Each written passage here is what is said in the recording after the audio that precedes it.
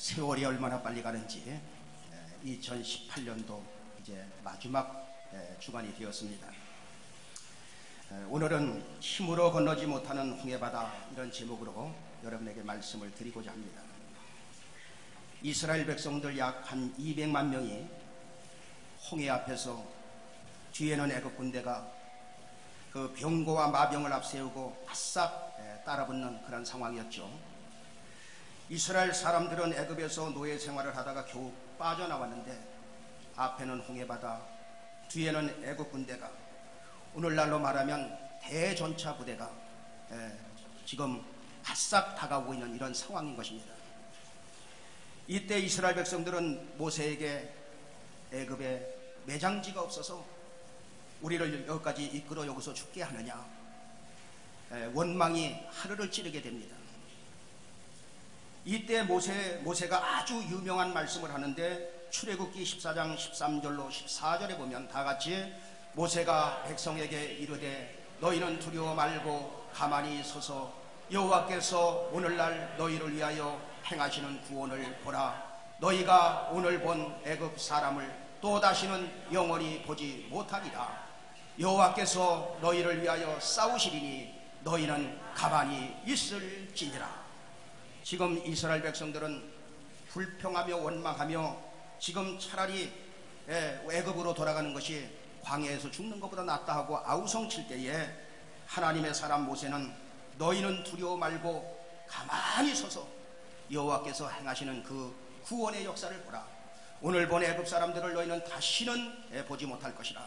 그러면서 여호와께서 너희를 위하여 싸우시리니 너는 가만히 있어라. 그때 하나님께서 어떻게 행할 것을 가르쳐 줍니다. 출애굽기 14장 16절에 보면 다같이 지팡이를 들고 손을 바다 위로 내밀어 그것으로 갈라지게 하라. 이스라엘 자손이 바다 가운데 육지로 행하리라. 그래서 모세는 하나님의 말씀대로 이러지도 못하고 저러지도 못하는 상황 가운데 바다 위로 손을 내밀 때에 하나님께서는 큰 동풍으로 바닷물을 물러가게 만드시니 이스라엘 백성들이 마른 땅처럼 건너게 되었던 것입니다. 그런데 뒤에 지금 그 애굽의 군대가 바싹 따라붙어서 지금 선두와 후미가 홍해 바다에 다 들어와 있는 이런 상황이었어요. 조금만 있으면 그것을 건너게 됩니다. 그런데 하나님께서 거기서 불기둥을 띄우지요. 불기둥이 갑자기 그 앞에 나타나자 그들은 말들이 이리 뛰고 저리 뛰고 우왕좌왕하면서 병거 바퀴가 벗어져 나가고 어지럽게 혼란하니 우리 빨리 도망가자. 여호와 하나님이 그들을 위하여 애굽 사람을 치시는도다. 혼란 속에 애굽 군대가 바다 가운데 왔을 때에 하나님은 다시 모세에게 내 손을 바다 위로 내밀어 애굽 사람들과 병거들과 마병들에게 다시 흐르게 하라. 그래서 그대로 할 때에 애굽의 수많은 군대가 거기서 물로 덮어지면서 그 모든 사람들이 다 죽는 일이 여러분 벌어지게 되었던 것입니다. 애굽 사람의 시체들이 바닷가에 쭉 가에 누러져 있는 것을 눈으로 목격하게 됩니다. 출애굽기 14장 31절에 그래서 그들이 뭐라고 말하느냐, 다같이 이스라엘이 여호와께서 애굽 사람들에게 베푸신 큰 일을 보았으므로 백성이 여호와를 경외하며 여호와와 그 종 모세를 믿었더라. 이스라엘 백성들은 그 광경을 눈으로 목격하고 나서 거기서 모세의 노래 그리고 미리암의 노래 같이 따라 부르면서 하나님 앞에 영광을 돌렸던 것입니다. 우리는 이 말씀을 보면서 오늘 은혜를 나누고자 하는데, 이것은 바로 우리의 인생의 여정을 가리키고 있는 거예요. 여러분, 애굽은 세상에서의 삶을 가리키고 있습니다. 그리고 홍해를 건넌 것은 구원받은 것을 의미하고, 위에는 구름기둥 그리고 양쪽에 벽으로 그것을 물벽 사이를 통과한 것은 세례를 의미하고, 그리고 스데반 집사의 설교를 하는데 사도행전 7장에 이스라엘 자손들 가운데 하나님께서 모세라는 선지자를 세웠는데 우리 조상들과 함께 광야 교회에 있었다라고 말씀하고 있어요. 사도행전 7장 38절에 보니까 다같이 시내 산에서 말하던 그 천사와 및 우리 조상들과 함께 광야 교회에 있었고 또 생명의 도를 받아 우리에게 주던 자가 이 사람이라. 바로 광야교회, 광야는 교회를 의미하고 있어요. 그리고 구름기둥과 불기둥으로 그들을 인도했는데 그것은 바로 오늘날 성령의 인도를 가리키고 있는 것입니다. 그리고 만나는 하나님께서 주신 양식, 그리고 반석의 생수는 그리스도로 나오는 영생의 물을 말씀하고 있어요. 고린도전서 10장 1절로 4절에 그것을 자세히 설명하고 있습니다. 다같이 형제들아 너희가 알지 못하기를 내가 원치 아니하노니 우리 조상들이 다 구름 아래 있고 바다 가운데로 지나며 모세에게 속하여 다 구름과 바다에서 세례를 받고 다 같은 신령한 식물을 먹으며 다 같은 신령한 음료를 마셨으니 이는 저희를 따르는 신령한 반석으로부터 마셨음에 그 반석은 곧 그리스도시라. 여러분, 이스라엘 백성들 약 200만 명이 그 양쪽의 물벽 사이를 딱 통과하는데 위에는 구름이죠. 구름도 물이요. 양쪽의 옆에 그 물벽 사이로 그것을 지나갔는데 그것을 가리켜서 성경에 보니까 모세에게 속하여 다 구름과 바다에서 세례를 받고, 신약 성경은 그것을 세례라고 말하는 것입니다. 또 다 같은 신령한 음료를 마셨으니 이는 저희를 따르는 신령한 반석으로부터 마셨음에 반석은 곧 그리스도라. 이스라엘 백성들이 물이 없어서 막 아우성을 치지요. 그때 뭐라고 말합니까? 내가 반석 위에 설 테니 그 반석을 쳐라. 그것은 바로 하나님이 그 반석 위에 서시겠다는 거예요. 하나님을 치라는 것입니다. 이것을 십자가 사건으로 이끌어가고 있어요. 그래서 그 반석을 칠 때 생수가 막 쏟아져서 그것을 먹고 살았어. 그런데 보니까 다 신령한 음료를 그래서 마셨는데 이는 저희를 따르는 신령한 반석으로부터 마셨는데 그 반석은 누구라? 곧 그리스도라 라고 말씀하고 있는 것입니다. 우리는 이 말씀을 보면서 모세가 지팡이를 내미자 이스라엘 백성들은 바다를 마른 땅처럼 건너요. 그런데 애굽 군대는 강력한 무기 600승 철병거와 강력한 힘의 우위를 가지고 있으면서도 홍해의 바다를 건너지 못하였다 이 말이에요. 그렇다면 애굽의 강력한 힘으로 왜 홍해를 건너지 못했는가? 우리는 이것을 영적으로 볼 때 첫째, 보혈의 능력을 몰랐기 때문에 여러분 그것을 건너지 못한 것입니다. 우리가 생각하기에는 하나님이 홍해바다를 가르고 이스라엘 백성들은 마른 땅처럼 건너게 만든 다음에 또 손을 내밀어 그들이 건너올 때 덮어서 없앴기 때문에 못 건넜다 이렇게 생각할 수도 있지만은 그 뒤에는 보혈의 능력을 그들은 몰랐기 때문에 그것을 건너지 못하는 것입니다. 이스라엘 백성들이 출애굽할 수 있었던 것은 애굽에 내렸던 10가지 재앙 중에 장자를 치는 재앙 때문에 여러분 그 홍해를 건너게 된 것을 우리가 잘 알 수 있습니다. 처음에 물이 피가 되는 재앙을 내리죠. 그들은 나일강을 섬겼어요. 그리고 그들은 물신을 섬겼다 이 말이에요. 그러니까 물은 아무것도 아니라는 것을 하나님께서 보여주시기 위해서 나일강을 갖다가 온통 물을 전부 피바다를 만들어버려요. 그리고 개구리를 섬겼는데 개구리 재앙, 징그러운 개구리, 이것은 이게 아무것도 아니다는 것을 보여주는 것입니다. 그리고 이의 재앙, 파리의 재앙 이런 걸 내려준 거예요. 이 4가지 재앙을 내리니까 바로가 모세를 불러서 내가 너희를 보낼 텐데 너무 멀리는 가지 말고 돌아와라. 그렇게 말해놓고 보내지 않습니다. 이때 다시 생축이 죽는 재앙, 그 다음에 독종 재앙, 우박 재앙, 메뚜기 재앙 또 4가지 재앙을 내려요. 그랬더니 어린아이는 두고 남자들만 가라. 그렇게 말했죠. 어린아이를 집에다 둬라. 그 말은 무슨 말입니까? 갔다가 다시 돌아와라 그 말이에요. 아주 안 보내주겠다 그 말이에요. 그러니까 이번에는 9번째로 흑암의 재앙을 내립니다. 온통 사방이 그냥 캄캄하게 그렇게 만든 거예요. 출애굽기 10장 24절에 보니까 뭐라고 말씀하겠느냐. 다같이 바로가 모세를 불러서 이르되 너희는 가서 여호와를 섬기되 너희 양과 소는 머물러 두고 너희 어린 것은 너희와 함께 갈지니라. 이번에는 어린 거 다 데려가. 그 대신 양과 소는 머물러 둬라. 이것은 양과 소가 제산 목록에 들어가기 때문에 아까워서가 아니라 여호와께 드릴 희생제사, 번제, 화목제, 속죄제, 속건제 이걸 드리려면 짐승이 있어야 되잖아요. 그러니까 짐승 가지고 말라 이 말이에요. 이 말은 무슨 말이냐? 사탄은 복음적 예배를 싫어한다 이 말이에요. 복음적인 예배를 싫어하는 것입니다. 이제 애굽의 10번째 재앙, 여러분이 잘 아는 짐승의 첫 새끼와 장자가 죽는 재앙이 벌어지게 됩니다. 그런데 하나님께서 이스라엘 백성들에게는 너희는 어린 양을 취하여 해질 때의 양을 잡아서 하나도 남김없이 그것을 다 먹어라. 그리고 그것을 먹을 집에서 문설주와 임방에 피를 발라라 라고 가르쳐줍니다.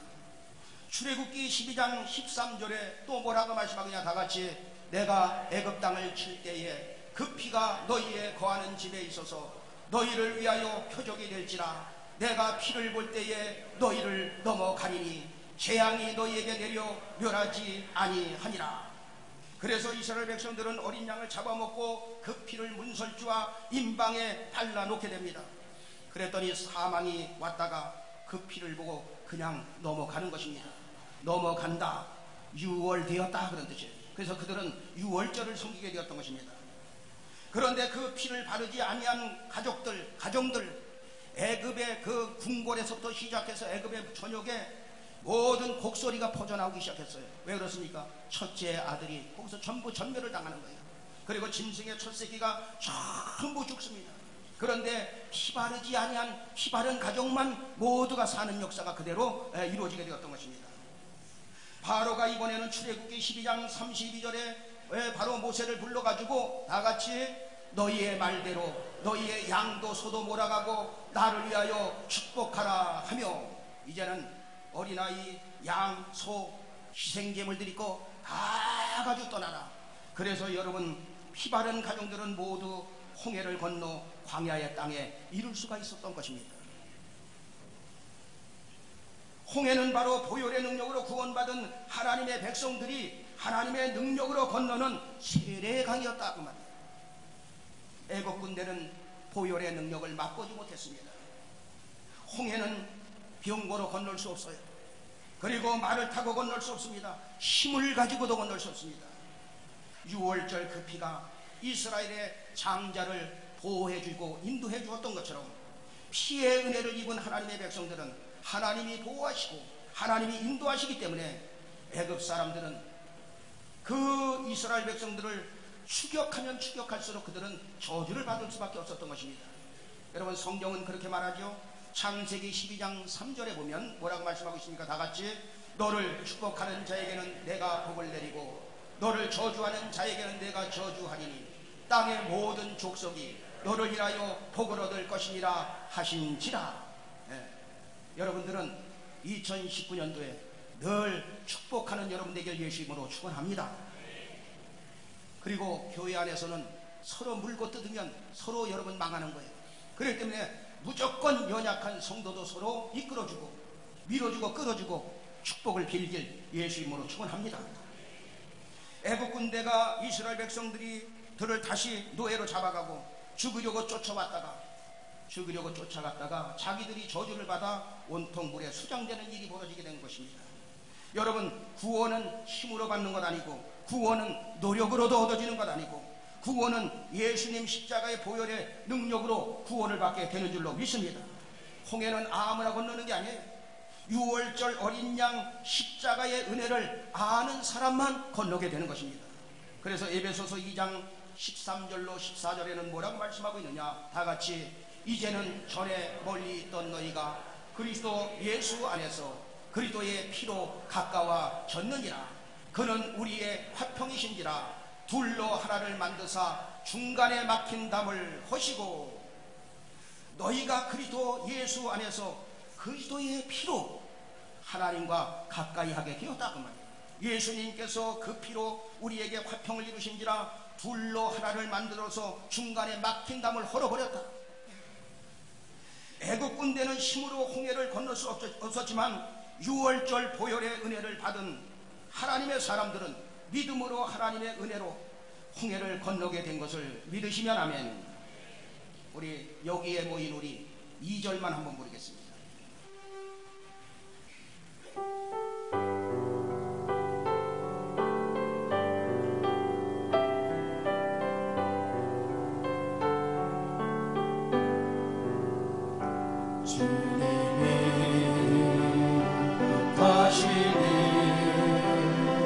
내 아리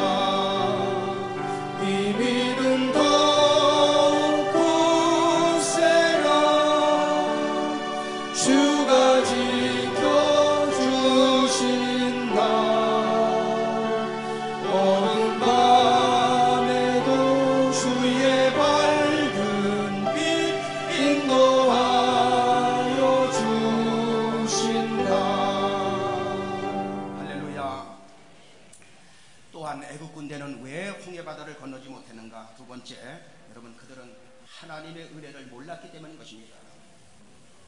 여러분, 홍해는 구원의 강입니다. 그 강은 세례의 강입니다. 구원은 힘으로 받는 것 아니고, 돈으로 받는 것 아니고, 구원은 노력으로 받는 것 아니고, 구원은 율법 지켜서 구원받는 게 아닙니다. 구원은 은혜로 받는 것입니다. 유월절 어린 양 잡아먹고 그 피를 문설주와 임방에 발라놓았더니 사망이 넘어갔어요. 사망이 유월되었습니다. 사망에서 생명으로 옮겼습니다. 그것이 바로 은혜라 그 말이에요. 요한복음 5장 24절은 그렇게 말합니다. 다 같이, 내가 진실로 너희에게 이르노니 내 말을 듣고 나 보내신 이를 믿는 자는 영생을 얻었고 심판에 이르지 아니하나니 사망에서 생명으로 옮겼느니라. 내 말을 듣고 나 보내시는 이 예수를 믿는 자는 영생을 얻을 것이고가 아니라 영생을 얻었고, 그리고 심판에 이르지 아니하나니 사망에서 생명으로 옮겼느니라. 여러분, 그것이 은혜인 것입니다. 하나님이 시키는 대로 유월절 양 잡아먹고 그 피를 문설주와 임방에 발라놓았더니 사망이 넘어갔던 것처럼 나를 위해 십자가에 못 박혀 죽으시고 부활하신 예수를 믿었더니 사망에서 생명으로, 은혜로 옮겨주신 것을 믿으시면 아멘 하시기 바랍니다. 그래서 에베소서 2장 8절로 9절은 그렇게 말합니다. 다 같이, 너희가 그 은혜를 인하여 믿음으로 말미암아 구원을 얻었나니 이것이 너희에게서 난 것이 아니요 하나님의 선물이라. 행위에서 난 것이 아니니 누구든지 자랑치 못하게 함이니라. 너희가 그 은혜를 인하여 믿음으로 말미암아 구원을 얻었는데 이것이 너희에게서 난 것이 아니고 하나님의 선물이라. 선물. 구원은 선물인 것입니다. 행위에서 난 것이 아니니, 무엇을 잘해서가 아니니 누구든지 자랑치 못하게 하려고 값없이 주신 은혜로 말미암아 구원을 시켜줬다 이 말이에요. 구원은 선물인 것입니다. 홍해를 건널 수 있었던 것은 하나님의 은혜요 하나님의 선물인 것입니다. 이스라엘 백성들은 10가지 재앙을 통해서 하나님의 은혜를 체험했어요. 10가지 재앙이 내릴 때 애굽 전역에는 재앙이 내렸는데 이스라엘 백성들이 사는 고센 땅에는 하나님의 은혜로 호위해 주었습니다. 홍해를 건널 때도 이스라엘 백성들이 불평하고 원망을 하였는데도 모세를 통해 홍해를 마른 땅처럼 건너게 만들어 주셨습니다. 잘한 것이 없는데 은혜로 홍해를 건너게 만들어 주셨다. 잘한 것이 없는데 오늘날도 구원의 은혜를 허락해 주신 것입니다. 그래서 로마서 4장 5절은 그렇게 말합니다. 다 같이, 이 일을 아니할지라도 경건치 아니한 자를 의롭다 하시는 이를 믿는 자에게는 그의 믿음을 의로 여기시나니. 일한 것이 없는데 의로 여기심을 받은 사람들은 행복한 사람이다. 그 뒤에 그렇게 말씀하고 있어요. 에베소서 2장 5절은 그렇게 말합니다. 에베소서 2장 5절 다 같이, 허물로 죽은 우리를 그리스도와 함께 살리셨고 너희가 은혜로 구원을 얻은 것이라. 허물로 죽은 우리를 예수 그리스도와 함께 다시 살리셨고 너희가 은혜로 구원을 받은 것이라. 여러분, 우리 구원받은 은혜를 입은 여러분들은 인생을 살아갈 때 중요한 것이 있습니다. 은혜로 살아가는 사람들은 잃어버린 것에 초점을 맞추지 말고 남아있는 것에 초점을 맞추시길 바랍니다. 은혜로 사는 사람들은 잃어버린 것에 실망하지 않고 남아있는 것에 감사하며 사는 것입니다.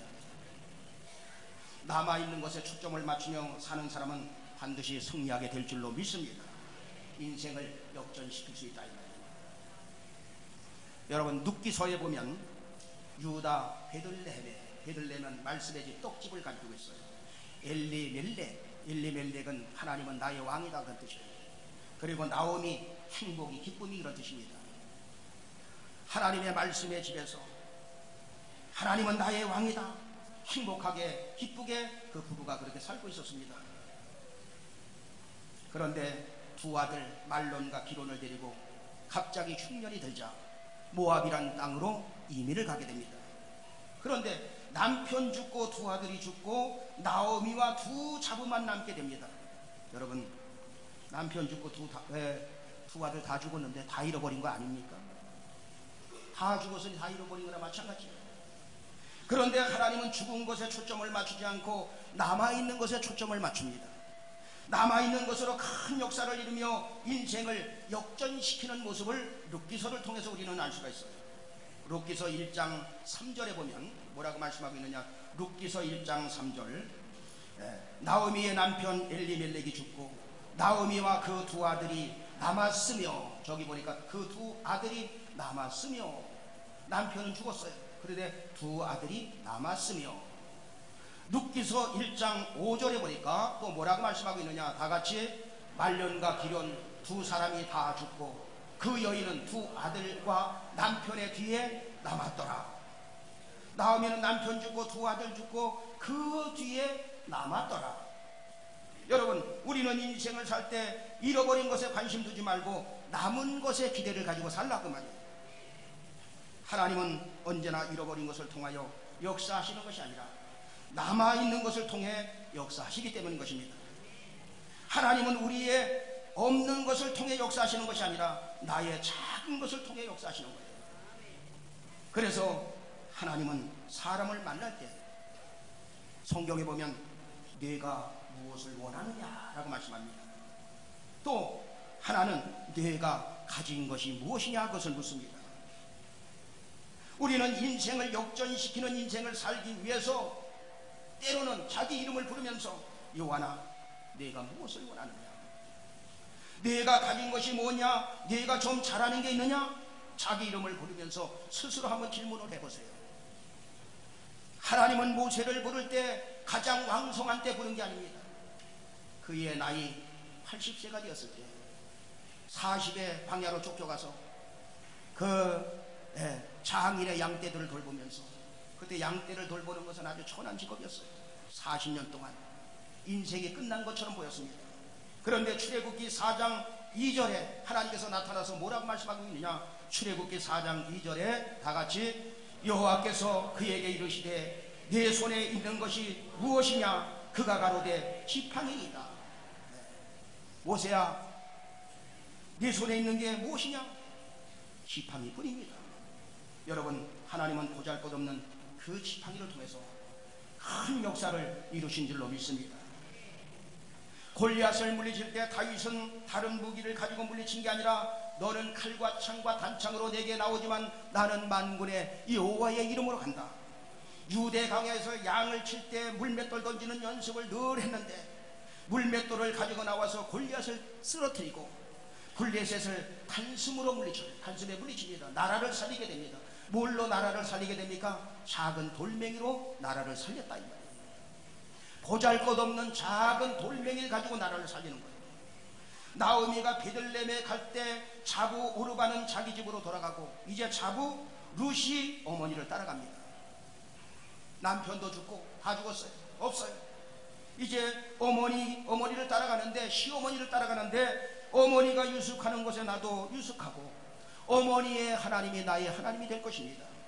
어머니의 백성이 나의 백성이 되고 어머니가 죽으시는 곳에 나도 죽겠나이다. 나오미는 다 잃어버린 것에 초점을 맞추지 않고 남아있는 룻에게 초점을 맞추게 됩니다. 마태복음 1장 5절에 뭐라고 말씀하느냐. 다같이 살모는 라합에게서 보아스를 낳고 보아스는 룻에게서 오벳을 낳고 오벳은 이새를 낳고, 여러분 이새는 그 뒤에 보면 다윗왕을 낳으니라 그렇게 나와 있어요. 나오미의 자부 룻이 다윗의 할머니가 되고 그의 가문을 통해서 예수 그리스도가 나오실 줄 어떻게 알았어요? 여러분, 나오미는 다 잃어버렸지만 남아있는 며느리 룻을 통해서 다윗이 나오고 예수 그리스도가 나오게 만들었다는 거예요. 여러분, 무슨 말입니까? 만약에 나오미가 없었으면 룻도 없는 거예요. 또 룻이 없었다면 다윗도 태어나지 않습니다. 쉽게 설명하면 여러분의 남편, 여러분의 아내가 있었기 때문에 지금의 자식들이 태어난 거예요. 그런데 다른 사람하고 결혼했다면 똑같은 게 나올까요? 안 나올까요? 안 나오지. 그러면 이것이 무슨 말인지 얼른 이해가 될 거예요. 나오미가 룻을 통해서 룻을 살렸기 때문에 룻을 붙잡았기 때문에 룻을 통해서 누가 나왔냐? 바로 여러분 오벳을 낳고 오벳은 이새를 낳고 이새는 다윗왕을 낳습니다. 그러면 다윗이 탄생한 것입니다. 그리고 다윗을 통해서 예수 그리스도가 나오게 된 거예요. 할렐루야. 이 소리가 무슨 소리인지 들려지게 되길 바랍니다. 여러분이 잘 아는 레나 마리아는 1968년 스웨덴에서 중증 장애인으로 태어났어요. 한번 화면이 있으면 한번 보여줘요. 바로 저렇게 두 팔이 없이 태어났습니다. 왼쪽 다리도 오른쪽 다리 절반밖에 여러분 되지 않습니다. 그녀의 부모는 믿음 좋은 하나님의 사람이었어요. 이 아이는 하나님께서 주셨다. 반드시 이 아이를 통해서 크게 역사하실 것이다. 그래서 그 아이를 수영을 가르치고 또 요리와 피아노 연주도 가르치고 운전과 성가대 기기도 가르치고 성가대 기기까지 가르치고 그리고 여러분 세계 장애자 수영대에서 금메달 4개를 땁니다. 두 팔이 없고 한쪽 다리는 짧은데 그리고 현대 음악을 전공하고 가스펠 싱어로 세계적으로 활동하고 있어요. 두 팔이 없는데 오른발로 설거지를 합니다. 한 발로 운전을 합니다. 레나는 없는 것 때문에 슬퍼하지 않고 있는 것 가지고 감사하며 삽니다. 중증 장애를 가졌지만 수많은 아픔을 가지고 살아가는 사람들에게 소망을 주는 멋있는 인생이 된 것입니다. 그가 그 모든 아픔을 이기고 하나님 앞에 당당하게 찬양할 때에 그 찬양은 사람들을 치유하면서 감싸 안는 찬양이 되었어요. 천상의 목소리처럼 여러분 들려왔던 것입니다. 지금도 찬양을 부르면서 다니지 않습니까? 여러분 우리는 하나님의 자녀들입니다. 없는 것 때문에 슬퍼하지 말고 있는 것 때문에 감사하시길 바랍니다. 없는 거 자꾸만 바라보지 말고 약한 거 바라보지 말고 있는 거 그거 바라보면 반드시 승리하게 될 줄로 믿습니다. 정리하겠습니다. 홍해는 구원의 강, 세례의 강입니다. 모세를 비롯한 이스라엘 백성들은 홍해를 건넜는데 그 강력한 힘을 가진 애국 군대는 왜 홍해를 건너지 못했는가? 첫째, 보혈의 능력을 몰랐기 때문에, 두 번째, 하나님의 은혜를 몰랐기 때문에. 하지만 저와 여러분은 예수 그리스도의 십자가의 능력을 알고 보혈의 능력을 알고 그것을 믿었기에 구원을 받고 홍해를 건너게 된 것입니다. 그것이 바로 하나님의 은혜인 것입니다.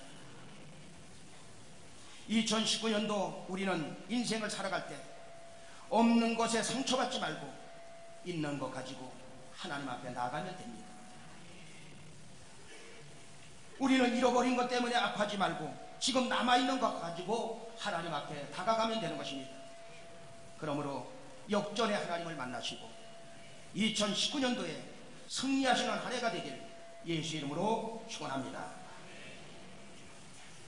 찬송가 351장 우리 한번 부르시면서